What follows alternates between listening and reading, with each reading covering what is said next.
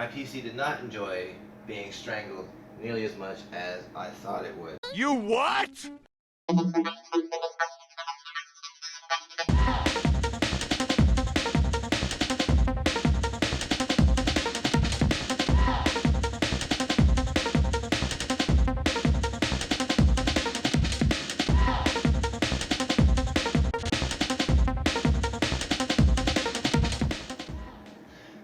Hello and welcome to another video.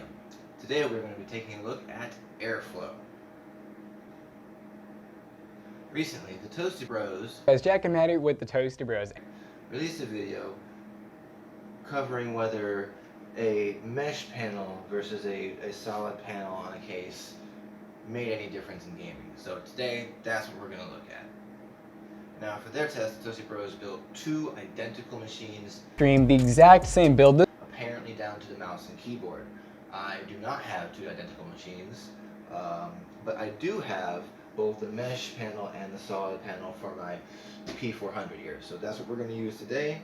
And I also did the test with no panel just to get a step-by-step comparison. I was kind of surprised with their results. Does airflow really not matter that much for gaming? I decided to find out for myself with what I have on hand.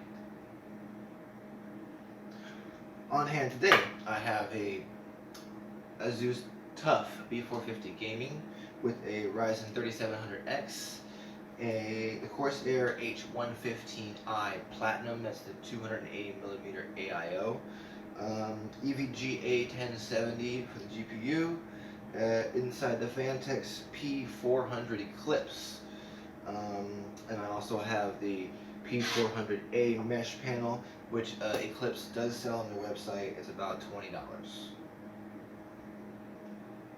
So, first things first, I turned all the fans up to 100%, as well as the pump.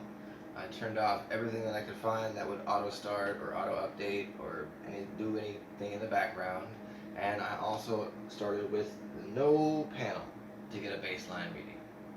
And this was done with the stock clocks, Precision Boost Overdrive and Auto Overclock 37X has out of the box. No tweaks, no overclocking, nothing special. The results were, for the open panel, 64 to 65 degrees, the mesh panel 65 to 66 degrees, and the solid panel 68 to 69 degrees.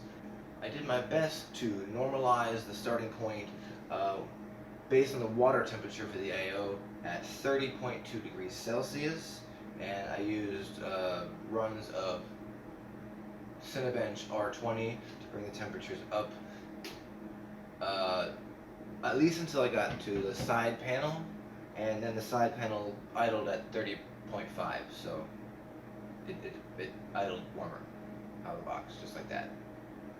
So, no, I guess it does not matter that much whether you run a mesh panel or a solid panel for normal tasks, assuming you have a few fans to move the heat out of your case, and you're running modern consumer grade hardware. In gaming, it's not going to make that much of a difference what the front panel does or does not have.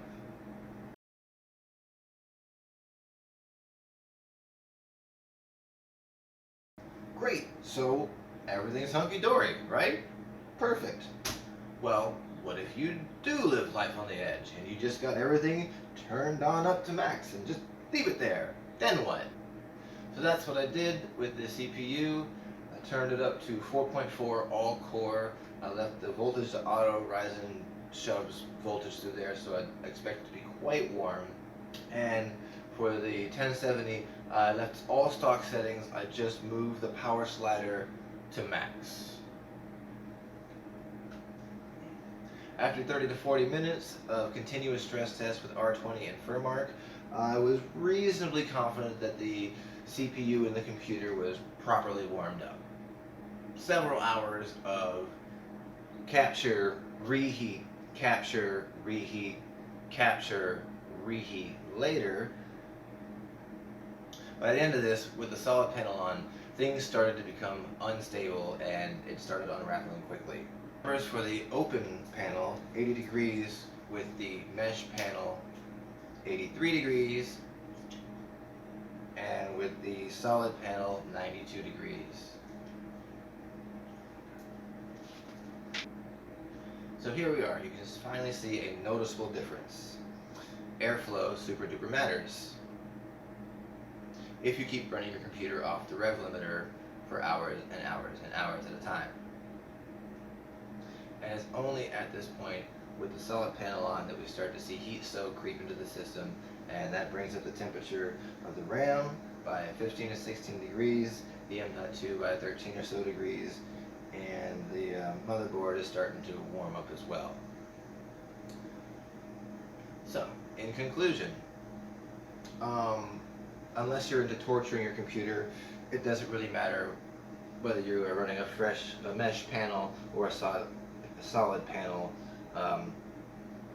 for gaming with a modern computer.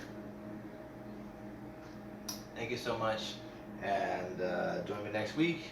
Joke of the day, let's see. What is the most condescending bear? The panda.